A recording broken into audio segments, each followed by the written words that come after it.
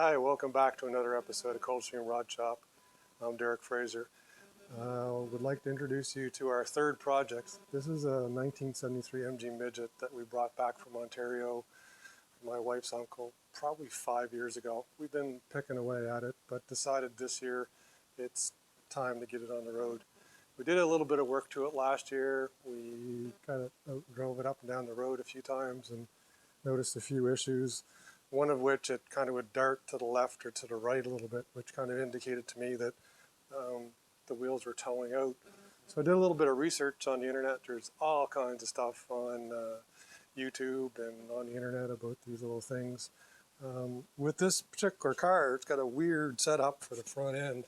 Not weird in the sense that I'm not used to it, and it's not North American, but on the upper control arms, there's an arm to come down. There's a single arm on the Midgets. On the MGBs, it's a double one, but on the Midgets, it's a single one because it's a lighter car.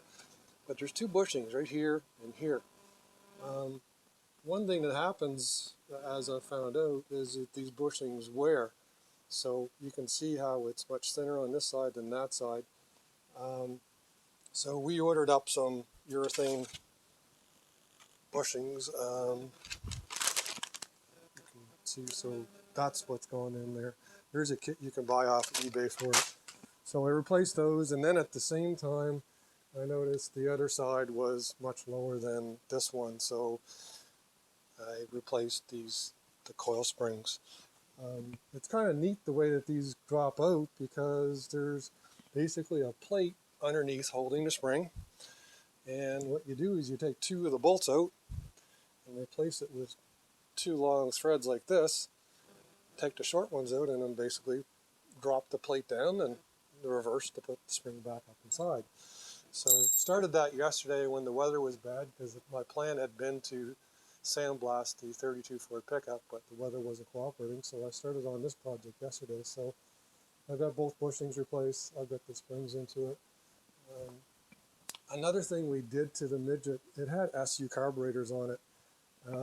We had somebody from the local British Motoring Festival come up and or club help us tune the SU carburetors 2 years ago. He showed me how to do it, but they quickly go to tune and then they're a pain in the bum.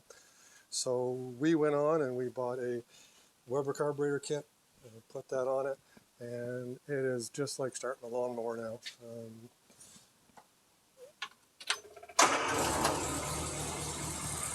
It starts up.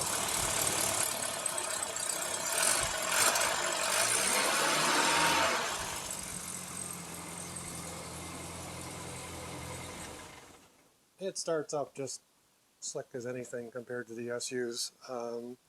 We're going to keep on working on a few things on the car. We're going to put the interior in. We have most of the pieces. Oh yeah, we put a new steering wheel onto it too. The other steering wheel is just a little bit too big, especially for somebody that's 6'2". It's not so bad for my wife, who's a little shorter than I am, to get in there, but the steering wheel was rubbing on my knees. This car is not a restoration. It had a hard previous life, and there was a lot of work done to the floor and reinforcing the frame and whatnot, so it's just going to be a fun car. So that's it for the 73 Midget. We'll do a couple more clips onto it as we get it on the road. But that's introduction to project number 3. Hopefully you enjoyed.